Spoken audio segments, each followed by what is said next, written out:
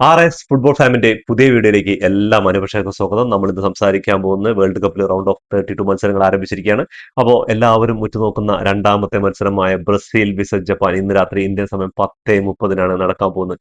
അപ്പോൾ ഒരൊറ്റ ചോദ്യം, ഒരൊറ്റ ഉത്തരം: ബ്രസീലിനെ അട്ടിമറിക്കുമോ ജപ്പാൻ? എന്റെ ഒരു ഉത്തരം ഇതിന് നൽകുകയാണെങ്കിൽ ഇല്ല. ബ്രസീൽ ജപ്പാനെ മറികടന്ന് അടുത്ത റൗണ്ട് ഓഫ് 16ലേക്ക് കടക്കുന്നുള്ള കാര്യത്തിൽ സംശയമൊന്നുമില്ല എന്നാണ് പറയാനുള്ളത്. പക്ഷേ ഇത് ഫുട്ബോളാണ്. അട്ടിമറി വീരന്മാരാണ് ഈ ജപ്പാൻ എന്ന് പറയുന്നത്. കഴിഞ്ഞ വേൾഡ് കപ്പിൽ നമ്മൾ കണ്ടതാണ്. ഖത്തർ വേൾഡ് കപ്പിൽ സ്പെയിനെയും ജർമ്മനി, ശക്തരായ സ്പെയിനെ, അവർ വേൾഡ് കപ്പ് ഫേവറേറ്റുകളായി വന്ന രണ്ട് ടീമുകളെയും നെട്ടിച്ചുകൊണ്ട് ജർമ്മനിയെ പുറത്താക്കി സ്പെയിനെ പരാജയപ്പെടുത്തിയിട്ടാണ് ജപ്പാൻ അടുത്ത റൗണ്ടിൽ കയറുന്നത്. പക്ഷേ റൗണ്ട് ഓഫ് 16 അവർക്കൊരു ശാപമാണ്. അപ്പോൾ ഇവരുടെ കോച്ച് ഒരു മുന്നറിയിപ്പ് തന്നെ, ഞങ്ങൾ റൗണ്ട് ഓഫ് 16 കണ്ടിട്ട് പോകാൻ വന്ന ടീമല്ല, പക്ഷെ നിർഭാഗ്യവശാൽ ബ്രസീലിന്റെ മുന്നിലാണ് ഇവർ വന്ന് പെട്ടു എന്നുള്ള കാര്യം ആലോചിക്കണം. എന്താ പറഞ്ഞാൽ ബ്രസീലിന്റെ കാര്യം എടുത്തു കഴിഞ്ഞാൽ ആദ്യ മത്സരത്തിൽ മൊറോക്കോ ആയിട്ടുള്ള സമനില ഒരുപാട് പഴി കേട്ടു. ബ്രസീൽ ടീമും അതേപോലത്തെ അവരുടെ പ്ലേയേഴ്സും 1-1 സമനിലയിൽ കലാശിച്ചിപ്പോ. അപ്പൊ അതിനുശേഷം രണ്ട് മത്സരങ്ങൾ ഹേത്തിക്കെതിരെയും അതേപോലെ തന്നെ സ്കോട്ട്ലാൻഡിനെതിരെയും വമ്പൻ തിരിച്ചു വരാനാണ് ബ്രസീലിന്റെ. എന്നിരുന്നാലും ബ്രസീലിന് ഇതൊരു അഗ്നി പരീക്ഷയാണ്. എന്താ കാരണം എന്ന് പറഞ്ഞാൽ മൊറോക്കോ ആയിട്ടുള്ള മത്സരത്തിന്റെ തനി പകർപ്പനായിരിക്കും. അതിൽ ആർക്കാണോ മികവുറ്റ് കളിക്കാൻ പറ്റുന്നത്, ജപ്പാനാണെങ്കിൽ ജപ്പാൻ, അതേപോലെ തന്നെ ബ്രസീലിനാണെങ്കിൽ ബ്രസീൽ, അവർക്ക് അടുത്ത റൗണ്ടിലേക്ക് കടക്കാൻ പറ്റുന്നുള്ള കാര്യമാണ്. ബ്രസീൽ ടീം ഇപ്പം ഇന്നും ഫോമിലെ രണ്ട് മത്സരങ്ങൾ കളിച്ചു. പക്ഷെ അവര് പരീക്ഷിച്ചത് ഫസ്റ്റ് മത്സരത്തിൽ തന്നെയാണ്, മൊറോക്കോ ആയിട്ടുള്ള മത്സരത്തിൽ തന്നെയാണ് ശരിക്കും പരീക്ഷണം ഉണ്ടായിരുന്നത്. ബാക്കി രണ്ട് മത്സരങ്ങൾ പറഞ്ഞാൽ ഫേവറേറ്റ് ആയിട്ട്, എന്താ പറയാ, നല്ല ശക്തരായിട്ടുള്ള എതിരാളികളൊന്നും അല്ല എന്ന് പറയാം. അതേപോലെ തന്നെ സിമ്പിൾ ആയിട്ടാണ് അവർ വിജയിച്ചത്.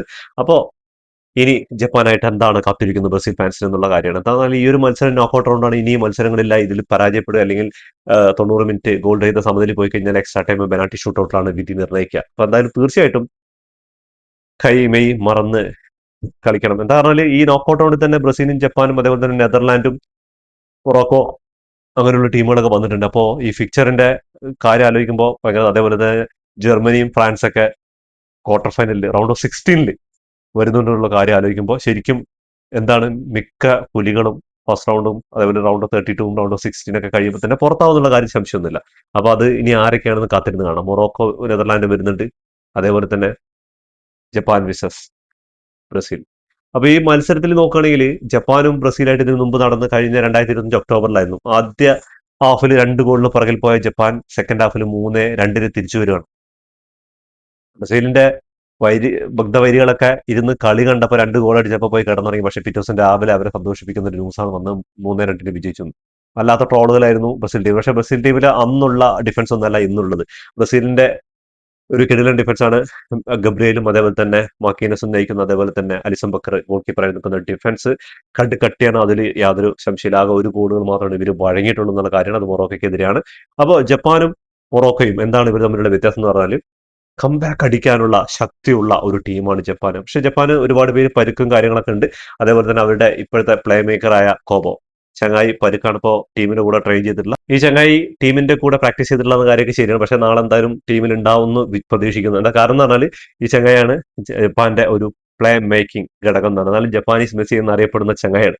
അപ്പൊ എന്തായാലും അങ്ങനെ ഒരു കളിയാണ് വരാൻ പോകുന്നത്. അപ്പോൾ ബ്രസീലിന്റെ ഭാഗത്ത് നോക്കിക്കഴിഞ്ഞാൽ ഇപ്പോൾ വിനീഷ്യസ് ജൂനിയർ മിന്നും ഫോമിനെ കളിച്ചുകൊണ്ടിരിക്കുന്നത്. തുടർച്ചയായ 3 മത്സരങ്ങളും ഗോൾ അടിച്ച് 3 മത്സരങ്ങളിലും മാൻ ഓഫ് ദി മാച്ച് തൂക്കിയിരിക്കുകയാണ്. ക്ലബ് ഉണ്ണി എന്ന് പറയുന്ന ആ പേരൊക്കെ അത് ബ്രസീൽ ഫാൻസുകാരെ ചങ്ങനെ വിളിച്ചിട്ടുണ്ട്. പക്ഷേ ഈ വേൾഡ് കപ്പിൽ മിന്നും ഫോമിനെ കളിച്ചത്. അതേപോലെ തന്നെ മാത്യു കുഞ്ഞയുടെ ആദ്യ മത്സരത്തിൽ മൊറോക്കോക്കെതിരെ ഉണ്ടായിരുന്നില്ല. സെക്കൻഡ് മത്സരത്തിലും മൂന്നാമത്തെ മത്സരത്തിൽ മിന്നും പ്രകടനമാണ് കാഴ്ചവെച്ചിരിക്കുന്നത് മാത്യു കുഞ്ഞ്.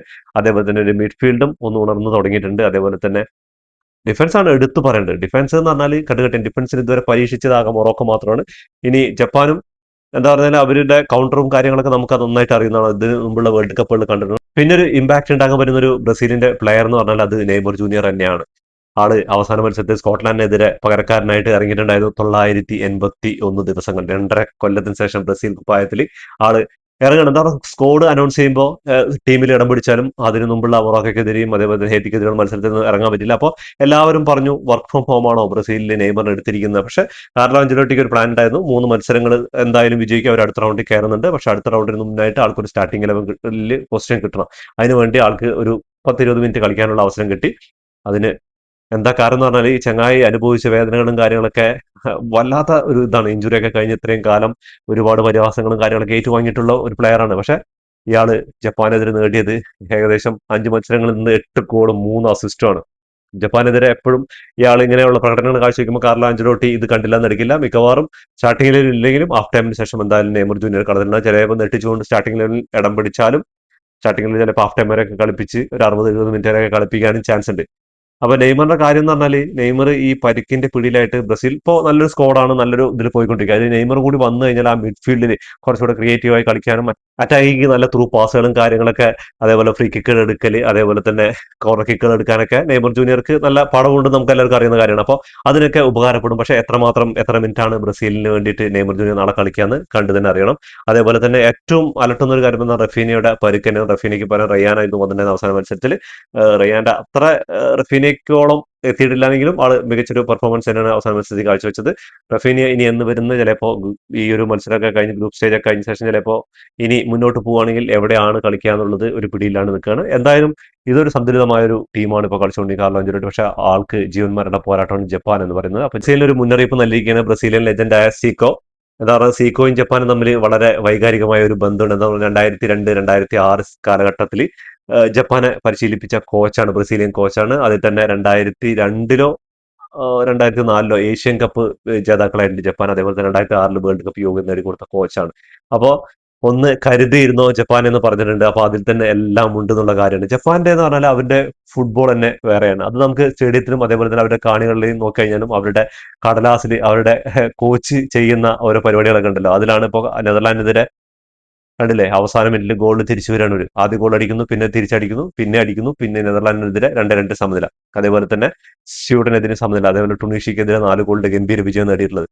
അപ്പൊ എന്തായാലും ഗോളുകൾ വഴങ്ങിയാലും ഗോളുകൾ അടിക്കാൻ ഒരു വഴിയില്ലാത്ത ടീമാണെന്നുള്ള കാര്യം മനസ്സിലാക്കണം. ജപ്പാന്റെ 26-അംഗ സ്ക്വാഡിൽ 23 പേരും യൂറോപ്പിലെ പല വമ്പൻ ക്ലബ്ബുകളിൽ കളിക്കുന്നതാണ്. പക്ഷെ ഇവരുടെ ഏറ്റവും വലിയ പ്രശ്നം എന്ന് പറഞ്ഞാൽ സെറ്റ് പീസുകൾ, അവരുടെ ഹൈറ്റിന്റെ ഒരു പ്രശ്നമുണ്ട്. പക്ഷെ അവസാന നെതർലാൻഡിന്റെ മത്സരങ്ങളിലൊക്കെ അവർ സെറ്റ് പീസിലൂടെ ഗോൾ നേടിയിട്ടുണ്ടെന്നുള്ള കാര്യമാണ്.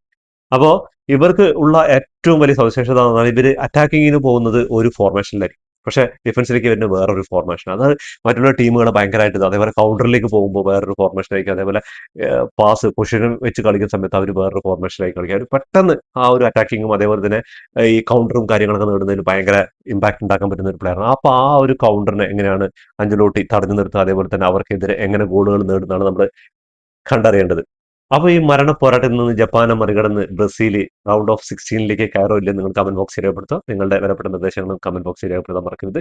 അതേപോലെ തന്നെ റൗണ്ട് ഓഫ് 32 ചിത്രങ്ങളൊക്കെ തെളിഞ്ഞപ്പോൾ ക്വാർട്ടർ ഫൈനലിൽ എല്ലാവരും കാത്തിരുന്ന ഒരു മത്സരമുണ്ട്, Portugal versus Argentina, Lionel Messi versus Cristiano Ronaldo. ആ മത്സരം എന്തായാലും നടക്കാൻ ചാൻസ് ഇല്ല എന്നുള്ളതാണ്.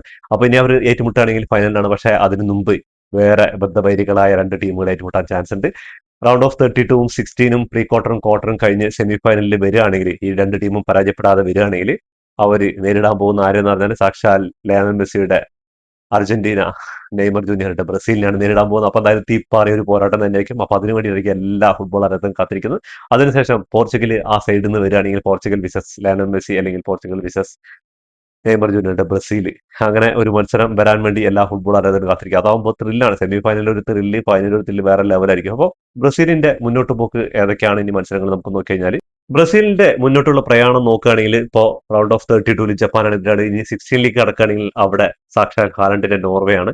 അത് കഴിഞ്ഞ് ക്വാർട്ടർ ഫൈനലിലേക്ക് വരികയാണെങ്കിൽ കെയിന്റെയും ബെല്ലിംഗ്ഹാമിന്റെയും ഇംഗ്ലണ്ടിനെ നേരിടണം. അത് കഴിഞ്ഞ് സെമി ഫൈനലിൽ എത്തുകയാണ് സാക്ഷാൽ ലയണൽ മെസ്സിയുടെ അർജന്റീനയാണ് നേരിടേണ്ടത്. ഇതൊക്കെ മറികടന്ന് ഫൈനൽ വരുന്ന ടീമിനെയും പരാജയപ്പെടുത്തി 6ാം കിരീടം മുത്തമിടില്ല എന്ന് വിശ്വസിക്കുന്നവരോട് ഒന്നേ പറയാനുള്ളൂ, 2002 അത് മാത്രം, അത് കണ്ടാൽ മതി. എന്താ പറഞ്ഞാൽ 2002-ൽ ഒരിക്കലും വേൾഡ് കപ്പ് ഫേവറേറ്റുകളല്ലാതെയാണ് ബ്രസീൽ വന്നത്. പക്ഷേ റൊണാൾഡോ നെസാരിയോയുടെ കിടിലൻ ഫോമിൽ അന്ന് അവര് നേടിയത് അവരുടെ സ്വപ്ന കിരീടമാണ്.